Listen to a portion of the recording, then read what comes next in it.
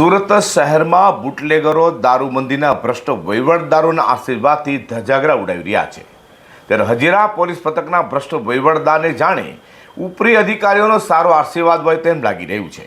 કારણ કે બીજી વાર સ્ટેટ મોનિટરિંગ સેલની ટીમે હજીરામાંથી લાખો રૂપિયાના દારૂનો જથ્થો ઝડપી પાડ્યો છે. ત્યારે હવે ભ્રષ્ટ વહીવટદારો સામે પગલાં લેવાશે કે બચાવી લેવાશે તે હવે જોવું રહ્યું. ગાંધીના ગુજરાતમાં કેટલાક ભ્રષ્ટ પોલીસ કર્મચારીઓ કે જેઓ પોલીસ પથકની વહીવટ સંભાળે છે તેઓના રાજમાં બુટલેગરો બેફામ બની ગયા છે. કારણ કે સુરતમાં વારંવાર સ્ટેટ મોનિટરિંગ સેલની ટીમ દરોડા પાડી દારૂનો જથ્થો ઝડપી પાડી રહ્યું છે. પરંતુ ભ્રષ્ટ વહીવટદારોના આશીર્વાદથી કહો કે તેમના કહેવાતા ભાગ બટાઈમાં સુરતમાં આજે પણ અનેક જગ્યાઓ પર દારૂનું ધૂમ વેચાણ થઈ રહ્યું છે. ત્યારે ફરી સુરતના હજીરામાં બીજી વાર સ્ટેટ મોનિટરિંગ સેલની ટીમે લાખો રૂપિયાનો દારૂનો જથ્થો ઝડપી પાડ્યો છે. જોકે તેમ છતાં પણ હજીરા પોલીસ પથકના ભ્રષ્ટ વહીવટદાર સામે કોઈ જ પગલાં ન લેવાશે તે ચર્ચા પોલીસ બેડામાં જોવા મળી રહી છે.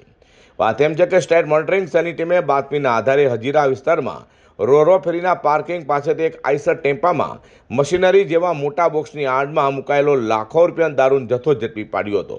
સ્ટેટ મોનિટરિંગ સેલની ટીમે લાખોનો દારૂનો જથ્થો અને આઈસર ટેમ્પો સાથે બે આરોપીઓની પણ ધરપકડ કરી હતી. તો દારૂ મંગાવનાર અને મોકલનારોને પોલીસે વોન્ટેડ જાહેર કર્યા છે. વધુમાં હજીરા વિસ્તારમાં બીજી વાર સ્ટેટ મોનિટરિંગ સેલની ટીમે દરોડા પાડી લાખોનો દારૂનો જથ્થો ઝડપી પાડ્યો હોય. અગાઉ તો શું આ મામલે હજીરાના વહીવટદાર સામે પગલાં લેવાશે કે પછી વહીવટદાર ગાંધી છાપ નોટોના કારણે પોતાને બચાવી વહીવટ યથાવત રાખશે તે ચર્ચાએ પોલીસ બેડામાં જોવા મળી રહી છે. Bureau report G24 news.